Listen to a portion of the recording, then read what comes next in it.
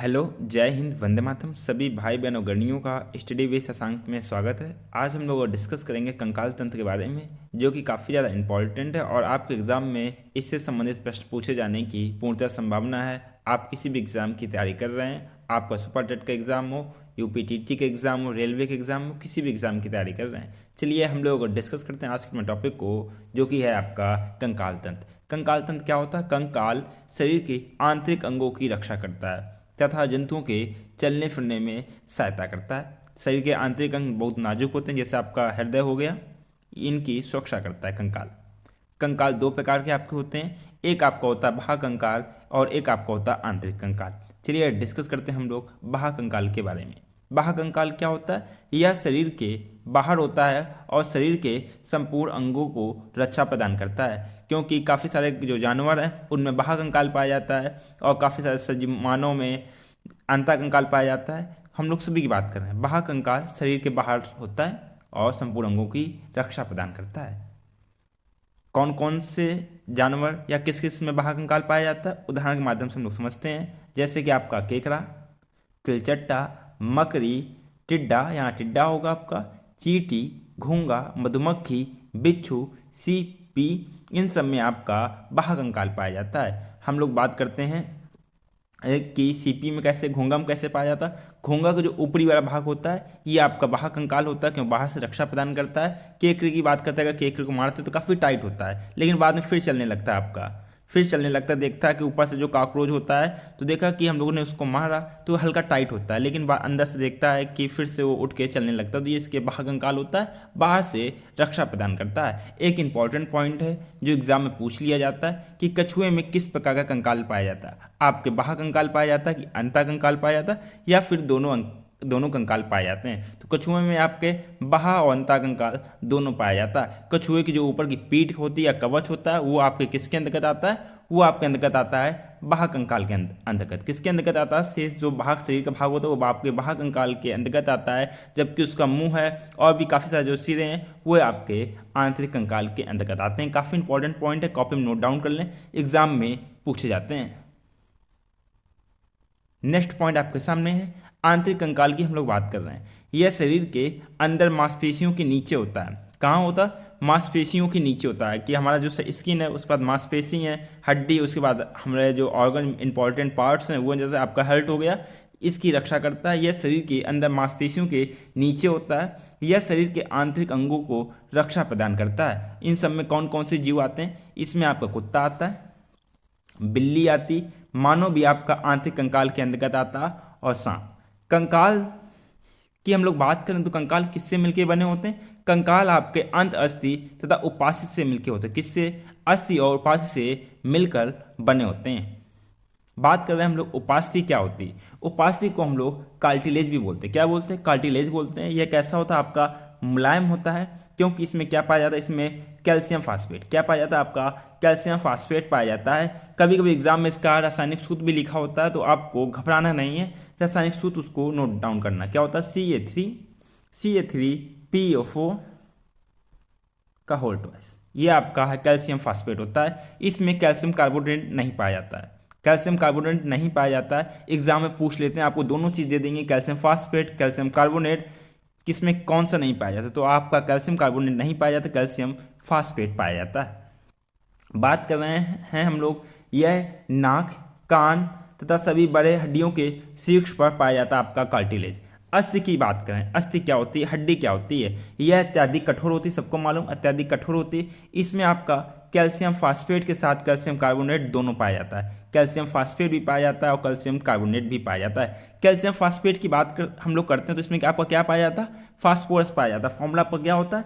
CA3PO4 का whole twice. ये आपका जो पी है, ये आपका क्या है? फास्फोरस। जो हम लोग माचिस की तीली है उसमें भी माचिस की तीली में जो ऊपर जो भाग होता है वो किसका होता है? फास्फोरस का होता है, तभी तो माचिस जलती है। तो इसका मतलब हमारे शरीर में भी फास्फोरस फास्फोरस पाया जाता है। तो हम लोग जो डेड बॉडी होती है उनको हम लोग जलाते हैं तो देखते हैं कि कोई डेड बॉडी काफ़ी तेज ज्वाला के साथ में जलती है, कोई धीमे धीमे जलती है। जो आपकी तेज ज्वाला के साथ में जलती है तो उसमें फास्फोरस की, उस व्यक्ति में फास्फोरस की मात्रा ज़्यादा पाई जाती है, इस कारण वो तेज ज्वाला के साथ में जलती है। और जिसमें धीमे वो डेड बॉडी आपकी जलती है तो उसमें जो फास्फोरस कम मात्रा में पाया जाता है, इसलिए वो डेड बॉडी धीमे धीमे जलती है। यही रीजन किसके, कौन सा रीजन आपका, फास्फोरस का रीजन। अगर हट्टा कट्टा तो फास्फोरस ज़्यादा पाया जाएगा।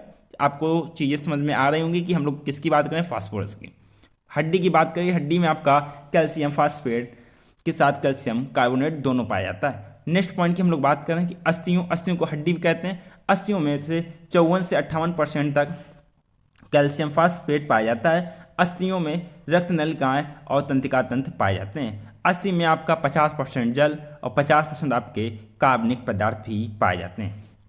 नेक्स्ट पॉइंट आपके सामने है उपास्थियों में। उपास्थि की बात करें हम लोग कार्टिलेज की। उपास्थियों में तंत्रिका तंत्र के बारे में हम लोग बात की थी। तंत्रिका तंत्र और रक्त नलिका नहीं होती। कॉपी में नोट डाउन करना, एग्जाम में पूछ लिया जाता है कि उपास्थियों में आपका तंत्रिका तंत्र और रक्त नलिकाएं नहीं होती हैं। लेकिन भोजन और ऑक्सीजन की आपूर्ति किसके द्वारा होती है, लसिका के द्वारा होती है। किसके द्वारा, लसिका के द्वारा होती है। नेक्स्ट पॉइंट आपके सामने है मानव शरीर में उपास्थियों के पिन्ना, जो ऊपरी भाग उपास्थियों के पिन्ना, नाक की हड्डियां, श्वास नली के बीच में एवं हड्डियों के संधि स्थल पर पाए जाते हैं। उपास्थि कहाँ पाई जाती हैं, मानव उपास्थियों के पिन्ना की बात हो रही है, नाक की हड्डियों, श्वास नली के बीच एवं हड्डियों के संधि स्थल पर पाए जाते हैं। नेक्स्ट पॉइंट की हम लोग बात कर रहे हैं कि हड्डी में आपकी कौन सी प्रोटीन पाई जाती है। काफ़ी इंपॉर्टेंट पॉइंट है, कॉपी में नोट डाउन करना सभी स्टूडेंट को। अस्थि में आपकी ओसीन प्रोटीन पाई जाती है। ओसीन प्रोटीन पाई जाती है। जबकि उपास्थि की बात करें, ये आप उपस्थित नहीं होगा, आपका उपास्थि कार्टिलेज की बात हो रही है, कार्टिलेज की आपकी बात हो रही है। उपास्थि में आपका कार्डिन प्रोटीन पाया जाता है। 30 वर्ष की अवस्था में हड्डियों का जो घनत्व है, डेंसिटी है, वो आपकी बढ़ जाती है, क्योंकि हड्डी आपकी बड़ी होती है तो जो स्पेस होता है वो कम हो जाता है, तो घनत्व अधिक हो जाता है आपका 30 वर्ष की अवस्था में। नेक्स्ट पॉइंट आपके सामने, जन्म के समय कितनी हड्डियां होती हैं। तो जन्म के समय जो हड्डी की संख्या होती है वो आपकी 270 से लेकर 310, या हम लोग अमूमन कह सकते हैं या औसत कह सकते हैं कि 300 हड्डियां होती हैं। 300 हड्डियां होती हैं। लेकिन जब बाल्यावस्था में हम लोग बात करते हैं, बाल्यावस्था आपकी एज क्या होती है, 6 से 12 तक की आपकी बाल्यावस्था की एज होती है। इसमें हड्डियों की संख्या 208 होती है। लेकिन जैसे ही हम लोग वयस्क होते हैं तो हड्डियों की संख्या 206 हो जाती है, क्योंकि हम वयस्क होते हैं, कुछ हड्डियां आपकी मिल जाती हैं, तो हड्डियों की संख्या आपकी कितनी हो जाती है, 206 हो जाती हैं। नेक्स्ट पॉइंट आपके सामने, मानव शरीर के समस्त अस्थियों को, हड्डी की बात कर रहे हैं, अस्थियों को 2 भागों में बांटते हैं। कैसे, कौन कौन से भाग है आपके, एक भाग आपका अनुबंधी उपांगी है और सेकंड भाग आपका अक्षीय है। अब हम लोग बात करते हैं अनुबंधी उपांगी क्या होता है। अनुबंधी उपांगी की बात कर रहे हैं हम लोग। यह शरीर को सीधा खड़ा रखने तथा गति प्रदान करने, चलेंगे गति प्रदान करने में सहायक होता है। इनकी संख्या कितनी होती है, इनकी संख्या होती है आपकी 126। कॉपी में नोट डाउन कर ले, एग्जाम में पूछ सकते हैं। अनुबंधी उपांगी में हड्डियों की संख्या कितनी होती है आपकी 126। नेक्स्ट पॉइंट आपके सामने, हड्डियों को अब हम लोग गिनते हैं कि 126 हड्डियां कैसे होती हैं। सबसे पहले हम लोग बात करते हैं हाथ की। तो हाथ हमारे कितने होते हैं, 2 हाथ होते हैं। तो हम दोनों हाथों की हड्डियों को डिस्कस कर लेंगे। सबसे पहले जो आपकी हड्डी होती है, देख रहे हैं आपकी कौन सी होती है, आपकी ह्यूमरस हड्डी, ह्यूमरस। उसके बाद आपकी रेडियस, ह्यूमरस आपकी जैसे कंधा, ये है आपका कंधा की जो कलाई आपकी जैसे कंधा है, कंधा नीचे जो आपकी ह्यूमरस हड्डी। रेडियस बाद में आपकी अल्ना होती है, जो आपकी हड्डियां होती हैं, जैसे हाथ है तो कलाई के नीचे करेंगे, कलाई के नीचे जो आपका ये हाथ पड़ता है, बाजू पड़ती है, उसमें आपकी 2 हड्डियां होती हैं, एक आपका रेडियस, दूसरी आपकी अल्ना। जहाँ कलाई होती है उसको हम लोग काल्पस कहते हैं। कलाई में आपकी 8 हड्डियां होती हैं। कलाई के जो नीचे के भाग जो उंगली होती हैं, ये आपका काल्पस है। यहाँ पे आपकी 2 हड्डियां हैं, एक आपकी रेडियस है, एक आपकी अल्ना है, और ये वाली हड्डी आपकी कौन सी है, ये वाली हड्डी आपकी है ह्यूमस। फर्स्ट हड्डी की बात करें कि आपकी ह्यूमस ये है, ह्यूमस आपकी ये है। रेडियस की बात की, रेडियस अल्ना, ये आपका काल्पस हो जाएगा। काल्पस से जहाँ हड्डियाँ जाती हैं, आगे जोड़ती हैं, उसको हम लोग मेटाकाल्पस कहते हैं। अंगुलियों की बात करते हैं। अंगुलियाँ कितनी होती हैं आपकी, 5 उंगलियाँ होती हैं। हर एक उंगली में 3-3 हड्डियाँ पाई जाती हैं। लेकिन अंगूठे की बात करते हैं, अंगूठे में केवल 2 ही हड्डियाँ हैं। तो इस तरह कितनी हड्डियाँ हो गई आपकी, 14। मेटाकाल्पस में 5, काल्पस में 8। तो इस तरह कितनी हड्डियां हो गई आपकी। एक हाथ की बात करें तो 30 हड्डियां, हाथ कितनी हैं, 2, तो टोटल हड्डियां आपकी कितनी हो गई, 60 हड्डियां। 60 हड्डियों के हम लोगों ने नाम याद कर लिए। नेक्स्ट पॉइंट आपके सामने है पैर की ही बात हम लोग कर रहे हैं। पैर में जैसे पैर के देखते हैं तो जांग से स्टार्ट हो जाती है, तो जांग में एक हड्डी पाई जाती है जिसको हम लोग उरु भी कहते हैं, फीमर भी कहते हैं। तो इसकी संख्या कितनी होती है आपकी? एक होती है। उसके बाद आपकी हड्डी जैसे जाएंगे घुटने अटकने के पास में आपकी एक हड्डी होती है, उसको हम लोग कहते हैं पटेला। फिर उसके बाद एक हड्डी पाई जाती है आपकी टिबिया। इस साइड में आपकी बात करें हम लोग फिगर के माध्यम से देखते हैं, फिगर के माध्यम से हम लोग देखते हैं कि इसमें आपकी फीमर टिब एक आपकी पटेला होती है, पटेला और फिबुला, पटेला और फिबुला। फिर आपका क्या आ जाता है? टखना आ जाती है। फिर हम लोग बात करते हैं टॉर्सल और फ्लेंजर। किसकी बात कर रहे हैं? टॉर्सल और फ्लेंजर की। सभी हड्डियों को हम लोग देख लिए। सबसे पहले आपकी हड्डी आ गई आपकी फीमर, उसके बाद आपकी पटेला, फिर आपकी टिबिया और फिबुला, उसके बाद आपका टॉर्सल जिसको हम लोग टखना कहते हैं, फिर आपके फ्लेंजर। 14 हड्डियां। तो इस तरह हड्डियों की संख्या कितनी होगी आपकी? 30। दो पैर, कितनी हड्डियां आपकी? 60। तो हम लोगों ने 60 हाथों की और 60 पैरों की हड्डियों को डिस्कस कर लिया। नेक्स्ट पॉइंट की हम लोग बात करते हैं कि नेक्स्ट पॉइंट क्या है। नेक्स्ट पॉइंट में आंतरिक कंकाल में आपकी 3 हड्डियां और होती हैं। कौन कौन सी? आपकी पेल्विक हड्डी जिसको सेंडी मंजला कहते हैं, हसली, ये आपकी हसली है, ये आपकी हसली है। कैल्विक स्कैपुला जिसको हम लोग अंश मेखना कहते हैं। 3 हड्डी आपकी ये हो गई। नेक्स्ट पॉइंट आपके सामने अच्छी की बात करते हैं। अच्छी कंकाल में कितनी हड्डियां? यह शरीर के बीचों बीच में होती हैं। यह शरीर के अंदर कोमल अंगों की रक्षा प्रदान करती हैं। शरीर के कोमल अंगों की, ये आपके जो फेफड़े होते हैं, ये आपकी रिब्स हैं, इनके अंदर जो चीज़ें पाई जाती है, आपका हृदय हो गया, तो इनकी रक्षा करती हैं। अच्छी की कितनी संख्या होती है? अच्छी की संख्या होती है आपकी 80। कितनी संख्या होती है? 80 संख्या होती है। बात करें कि 80 संख्याओं को हम लोग गिनते हैं, असेरुक दंड या मेरुदंड की बात करते हैं। प्रारंभ में इनकी जो संख्या होती है कितनी होती है आपकी? 33 होती है। प्रारंभ में संख्या 33 होती है, लेकिन बाद में संख्या कितनी हो जाती है? 26। रिब्स या हम लोग पसलियों की बात करें, ये आपकी क्या है? ये आपकी पसलियाँ हैं। इनकी संख्या कितनी होती है? 24। लेकिन पसलियों को जोड़ने के लिए एक सिंगल हड्डी होती है, उसको हम लोग रिब्स कहते हैं, उसको हम लोग स्टर्नम कहते हैं। ये आपस में जोड़ती है, इनकी संख्या 1 होती है, संख्या 1 होती है। और खोपड़ी की बात कर रहे हैं, पूरी खोपड़ी की हम लोग फेशियल की बात करें, इसमें कितनी हड्डियां आपकी होती हैं? इसमें आपकी हड्डियां होती हैं 29। कितनी हड्डियां? 29 हड्डियां। इन सभी 29 हड्डियों को हम लोग डिस्कस करेंगे। चेहरे की बात करते हैं, फेशियल की बात करते हैं, तो कितनी हड्डियां आपकी होती हैं? फेशियल में आपके 14 हड्डियां होती हैं। कान की बात करते हैं तो हम दोनों कान, एक कान में आपकी हड्डी होती है 3। दो कान की बात करें तो कितनी हड्डियां आपकी हो जाएंगी? 6। तो आपकी कान में हड्डियां कितनी होती हैं? 6। हाइट की बात कर रहे हैं, हाइट आपके कहाँ होता है? ये आपका हाइट बोन है, देख रहे हैं, ये आपका हाइट बोन है। तो हाइट ये जीभ से जुड़ा होता है आपका हाइट। इनकी संख्या आपकी 1 होती है। कपाल की बात करें, केवल कपाल की, कपाल में आपकी कितनी हड्डियां होती हैं? 8। कपाल में कितनी हड्डियां होती हैं आपकी? 8। नेक्स्ट पॉइंट की हम लोग बात करते हैं, गर्दन की हड्डियों की बात करते हैं हम लोग। ये पीछे से गर्दन की हड्डियां, इसमें कितनी हड्डियां होती है आपकी? 7 हड्डियां होती। कान की बात कर रही थी तो एक कान में 3, दो कान में आपकी 6 हड्डियां। कान में जो हड्डियां पाई जाती हैं उनको कैसे हम लोग याद कर सकते हैं? मिस के नाम से याद कर सकते हैं। एम से आपका मैलियस, आई से आपका इनकस, एस से आपका स्टेपस। सबसे छोटी हड्डी आपकी कौन सी होती है? सबसे छोटी हड्डी आपकी स्टेपस होती है। नेक्स्ट पॉइंट आपके सामने, शरीर की सबसे छोटी हड्डी कौन सी है? कॉपी में नोट डाउन कर, इंपॉर्टेंट पॉइंट है, एग्जाम में इनसे संबंधित प्रश्न पूछे जा सकते हैं। सबसे छोटी हड्डी आपकी स्टेपस, सबसे बड़ी हड्डी आपकी फीमर या फिर उरूस अस्थि भी बोलते हैं, जो कि आपकी जांग में पाई जाती है। सबसे कमजोर हड्डी आपकी कैल्विक या कॉलर या हंसली बोलते हैं। हम लोग बात की थी कॉलर है, ये आपकी कॉलर है, कॉलर इसको हंसली कहते हैं। सबसे मजबूत हड्डी कहाँ की होती है? सबसे मजबूत हड्डी आपकी जबड़े की हड्डी, जबड़े की हड्डी सबसे मजबूत होती है। नेक्स्ट पॉइंट आपके सामने, सबसे चमकीली हड्डी की हम लोग बात की थी। सबसे चमकीली हड्डी आपकी टिबिया होती है, टिबिया होती है आपकी सबसे चमकीली हड्डी। पैर की हड्डी की बात कर रहे हैं हम लोग, पैर की हड्डी आपकी खोखली होती है।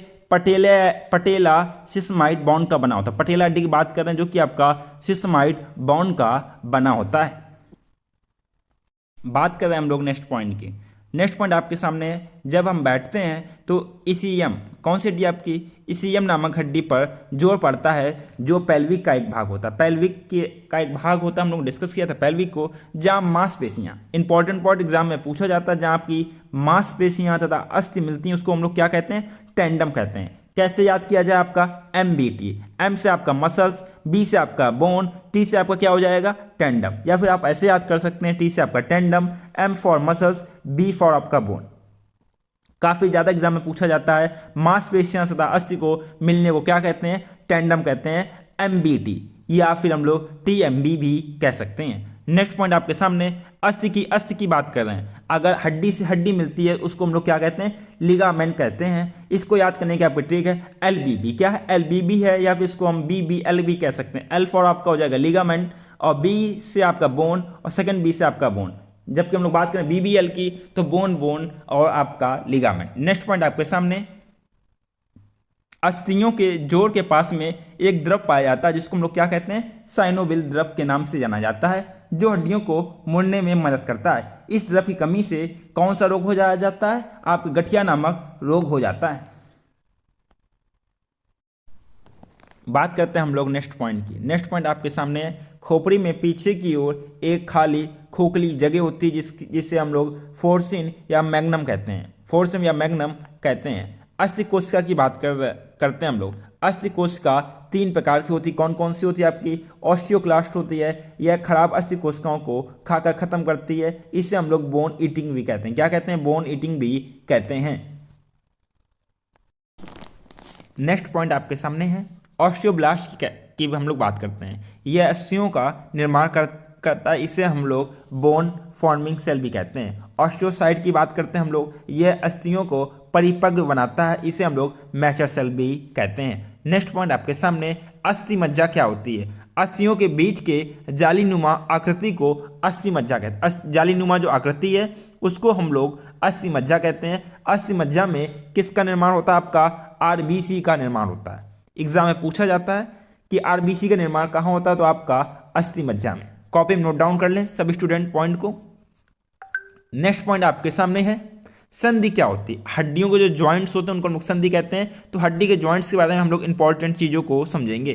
कंकाल का वह स्थान जहां अस्थियां मिलकर हिल डुल सकती हैं वो स्थान आपका संधि कहलाता है। संधि वाले स्थान पर एक गुहा पाया जाता है या खाली जगह पाई जाती है, यहाँ पर संधि होगी। इसको हम लोग साइनोबियल गुहा भी कहते हैं। क्या कहते हैं, साइनोबियल गुहा कहते हैं। नेक्स्ट पॉइंट आपके सामने, जॉइंट्स की बात करते हैं। जॉइंट्स आपके 3 प्रकार के होते हैं। एक आपका अचल जो आपका हिल डुल नहीं सकता, एक आपका अपूर्ण, और एक आपका पूर्ण की बात करते हैं। अपूर्ण में आपके 5 प्रकार की संधियां होती। कौन कौन से, ball and socket joint, hinge, pirate Khunti, gliding और सैडल। चलिए हम लोग सभी को डिस्कस करते हैं। आपकी अचल संधि क्या होती है। अचल संधि, इस संधि को रेशेदार संधि भी कहते हैं। यह थोड़ा भी गति नहीं करती है। यह खोपड़ी तथा दांत में पाया जाता है। जैसे आपका जबड़ा बिल्कुल भी गति नहीं करता, अपनी गति नहीं करता, जबकि आगे पीछे जबड़ा आपका तो स्टेबल है, मुंह चलता है, जबड़ा कोई भी गति नहीं करता है। तो ये आपकी अचल संधि के अंतर्गत आती है। नेक्स्ट पॉइंट की हम लोग बात करते हैं। आपकी अपूर्ण संधि है जो आपकी स्लाइटली मूवेबल है। यह संधि जहां पाई जाती है वहां थोड़ा मोड़ा गति देखने को मिलता है, जैसे कि आपकी पसली या फिर कशेरुक दंड। नेक्स्ट पॉइंट आपके सामने है, पूर्ण संधि की बात करते हैं हम लोग। यह संधि अस्थियों को विभिन्न दिशा में गति प्रदान करता है। यह कितने प्रकार की होती है, यह आपकी 5 प्रकार की होती हैं। नेक्स्ट पॉइंट आपके सामने, 5 प्रकार की कौन कौन सी होती है, आपकी बॉल एंड सॉकेट की हम लोग बात कर रहे हैं। इस प्रकार की संधि में एक गुहा खाली स्थान होता है तथा जो हड्डी से जुड़ी होती है वह उसका ऊपरी भाग गोल होता है। समझ रहे हैं ना बात को, क्या बात इसमें बताई जा रही है। इसमें एक स्थान खाली होता है, बीच में जो जगह आपकी खाली होती है उसका ऊपरी भाग गोल होता है और इससे जुड़ जाती है, तो ये आपकी क्या कहलाती है, ball and socket. Next point आपके सामने, यह जो हड्डी है यह सभी दिशाओं में घूम सकती है, जैसे कि पेल्विक प्लस फीमर की हड्डी आपकी होती है, स्क्यूपुला और आपकी ह्यूमरस की हड्डी। नेक्स्ट पॉइंट आपके सामने है, हिंज संधि की हम लोग बात कर रहे हैं। यह संधि केवल एक ही ओर गति करने की अनुमति देती है, केवल एक ही ओर गति करती है, जैसे कि आपकी कोहनी की हड्डी या फिर आपकी घुटने की हड्डी। नेक्स्ट पॉइंट आपके सामने, पिरोट या खूंटी हड्डी की हम लोग बात करते हैं। खूंटी हड्डी, यहाँ पे आपकी खूंटी हड्डी होगी, झूठी नहीं होगी, आपकी खूंटी हड्डी। इसका आकार खूंटी के समान होता है या एक दूसरे के ऊपर रखी हुई होती है, जैसे कि आपका कशेरुक दंड का ऊपरी भाग जिसको हम लोग एटलस तथा निचला भाग होता है। नेक्स्ट पॉइंट की हम लोग बात कर रहे हैं, ग्लिंडर जॉइंट्स क्या होते हैं, यह एक दूसरे पर फिसलती है और थोड़ा गति प्रदान करती है, जैसे कि आपका कार्पल और टॉर्सर। बात कर रहे हैं हम लोग सैडल जॉइंट्स क्या होता है, यह बॉल एंड सॉकेट जॉइंट्स के समान ही होता है, किंतु यह एक निश्चित सीमा के अंदर ही सभी दिशाओं में गति करता है। जैसे कि एग्जांपल के तौर पे आपके अंगूठा बनावट के अनुसार हड्डियों का एक प्रकार है, बनावट के अनुसार हड्डियां कितने प्रकार की होती है, आपकी 5 प्रकार की होती हैं। कौन कौन सी आपकी हड्डी होती है? एक आपकी हड्डी होती है फ्लैट बोन, जिसको हम लोग चपटी हड्डी कहते हैं। यह हड्डी शरीर के आंतरिक अंगों की रक्षा प्रदान करती है, जैसे कि आपकी पसली या खोपड़ी या स्कैपुला स्टेंटम, खोपड़ी की हड्डी होती है आपकी। नेक्स्ट पॉइंट आपके सामने लॉन्ग बोन की बात करें, लंबी हड्डी। यह शरीर का भार रोकती है, जैसे आपके हाथ और पैर। नेक्स्ट पॉइंट आपके सामने लॉन्ग बोन की बात हो गई। शॉर्ट बोन की हम लोग बात करते हैं। ये आकार में छोटे होते हैं तथा स्थायित्व प्रदान करते हैं, जैसे कि आपकी टॉर्सल और कार्पल हड्डी। नेक्स्ट पॉइंट आपके सामने आपकी अनियमित हड्डी क्या होती है? इसका आकार अलग होता है, जैसे कि आपकी कशेरुकदंड की सभी हड्डियां इसमें आ जाती हैं। यह हल्का गति प्रदान करती हैं। नेक्स्ट पॉइंट आपके सामने है डियर स्टूडेंट, ये हम लोगों ने डिस्कस किया कंकाल तंत्र से संबंधित सभी हड्डियों को, जो कि आपके एग्जाम के लिहाज से काफ़ी ज़्यादा इंपॉर्टेंट है और एग्जाम में पूछी जाती हैं। डियर स्टूडेंट, आपसे कहना चाहूँगा जो भाई बहन है गणनी फर्स्ट टाइम क्लास से जुड़े हैं, अगर अभी तक चैनल को सब्सक्राइब ना किया, चैनल को सब्सक्राइब कर लें तथा बेल आइकन प्रेस कर दें और क्लास को अपने फ्रेंडों के साथ में शेयर करें। टॉपिक को नोट्स के रूप में जरूर लिखिए, क्योंकि एग्जाम के समय तैयारी करने में या रिवीजन करने में काफ़ी ज़्यादा आसानी होगी और एग्जाम में इससे संबंधित प्रश्न पूछे जाते हैं, जॉइंट से संबंधित प्रश्न पूछे जाते हैं, आपके लिगामेंट टेंडन से संबंधित प्रश्न पूछे जाते हैं, उपास्थि में कौन सी आपका प्रोटीन पाया जाता है, अस्थि में कौन सा प्रोटीन पाया जाता है, इन सब से संबंधित प्रश्न पूछे जाते हैं और काफ़ी बार पूछे गए हैं। इसलिए आप लोग कॉपी में नोट डाउन कर लें। कोई भी डाउट हो या कन्फ्यूजन हो कमेंट बॉक्स में जरूर पूछ लें। आपके डाउट या कन्फ्यूजन का जवाब दिया जाएगा और आप लोग अच्छे से तैयार कीजिए और एक सरकारी सीट प्राप्त कीजिए। क्लास को अपने फ्रेंडों के साथ में शेयर करना ना भूलिएगा और चैनल को सब्सक्राइब कर लीजिएगा, थोड़ा सहयोग प्रदान कीजिए। इसी के साथ में आपसे मुलाकात होगी नेक्स्ट लेक्चर में। तब तक के लिए जय हिंद, वंदे मातरम।